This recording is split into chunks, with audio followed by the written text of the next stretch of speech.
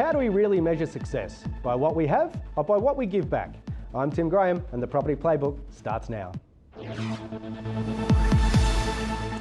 In this episode, I'm joined by Chris Christofi, founder and CEO of Reventon, one of Australia's leading holistic financial services businesses, helping everyday Australians grow their wealth through property.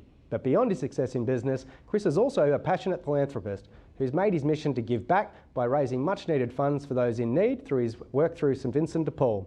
This year marks Chris's 8th year as an ambassador. Chris, thank you so much for joining us. It's a pleasure for being here, thank you. That's right. Well, listen, before we get into your charity work, let's talk a little bit about Reventon. Tell us a bit about your journey and how you started the company. Well, my journey started 20 years ago. 21st of March 2005, I started from my parents' home. I had a debt of $348,000. I thought it's a good time to launch a business. I knew a lot about real estate. I've been in real estate since I was 19 or 20. So 25 years I've been in real estate. And I had a few unfortunate incidents. I bought a lot of property. I bought 8 properties. The company I was working for into receivership. I lost all of that.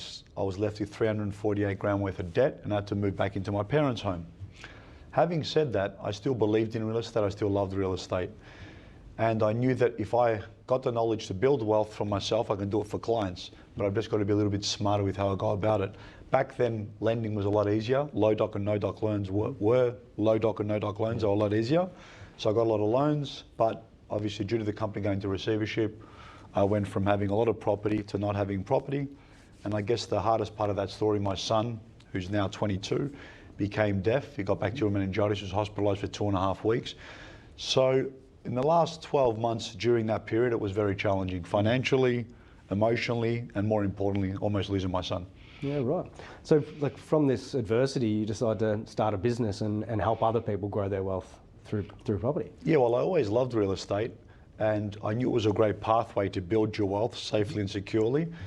I did over leverage and my plan was good if the market kept growing up, if I maintained my income, if my properties were rented 52 weeks of the year. What I developed thereafter was a very robust formula, which we call the Reventon formula. I wrote about it in my Amazon best-selling book, Your Path to Wealth, showing people how to safely get into the property market so they can buy one property, 2, 3, 4, and build their wealth brick by brick. Yeah. I mean, I've known you for many years and aspirational is one word to sum you up. When you were quite young, I can imagine, getting that next property, you must have just always been eager to get it. And I'm sure there's a lot of people like that are still very eager. What would you say to those people? Is it, slow and steady wins the race?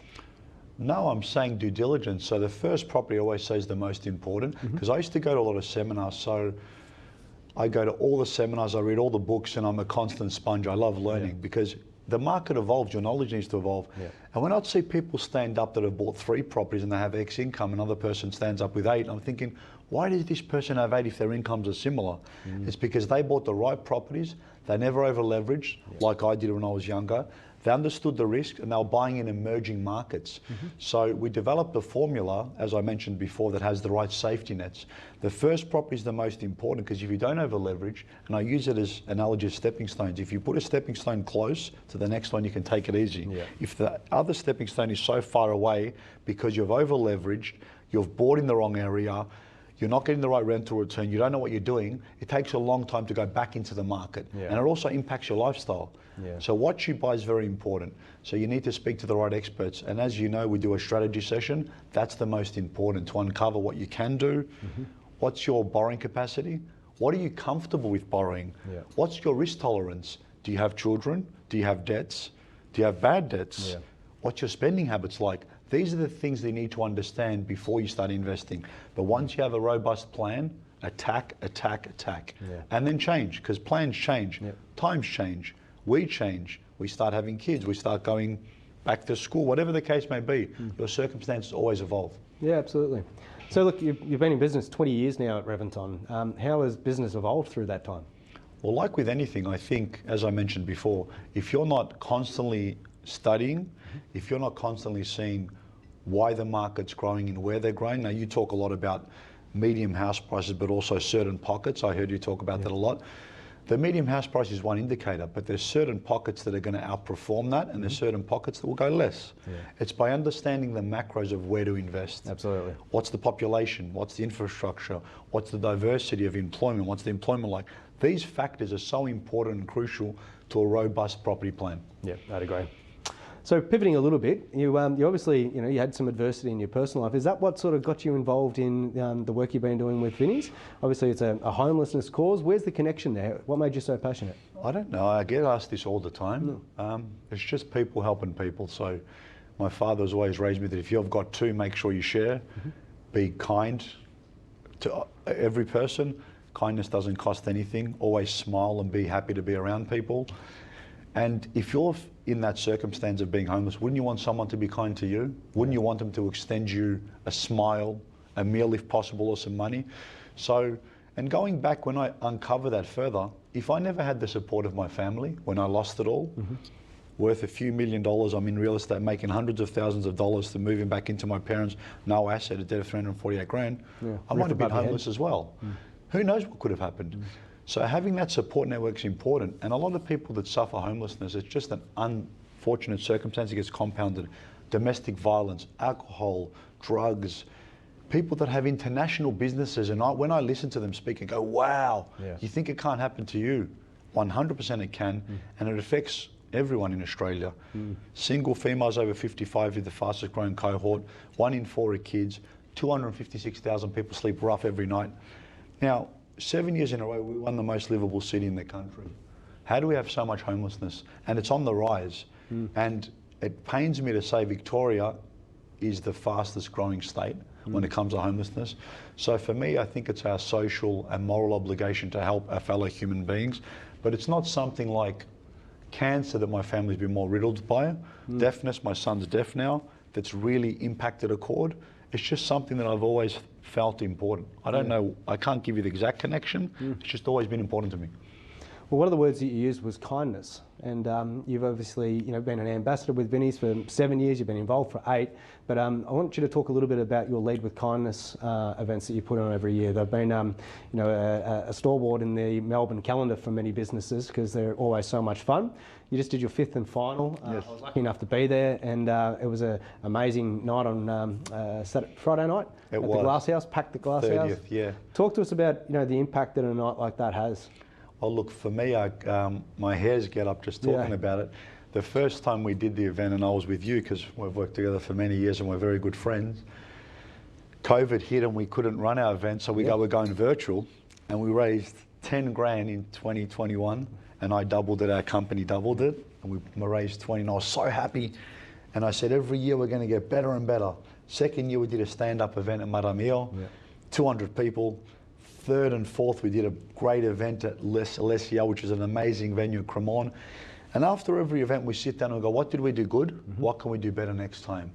And after last year's event, the 4th event, which was our 3rd live, we said, why don't we do something really, really cool, a black tie sit-down event? And that was the idea we had a year before. We go, all right. Now, I walked into the Glasshouse and I go, wow, what a big venue. How am I going to sell 40 tables, $330 a ticket? How are we going to get this done? And they go, you can have half the room, which is about 200 or 70% of the room. I go, no, I want the wall down. I'm going to fill this. We relentlessly were calling people, and good old fashioned sales. You probably got about 10 calls, 10 messages, a lot of businesses, a lot of friends. I think a lot of goodwill, a lot of good people in Melbourne got behind me, got behind the cause, and more importantly, our social responsibility to help homelessness in this country. And it was a packed house. Now, I was very fortunate to be there. I almost didn't make it, but I made it. Yeah, for those watching at home, Chris was in hospital up until the day of going into to host that event. I was supposed to be the day I was admitted on Monday. The event was on Friday.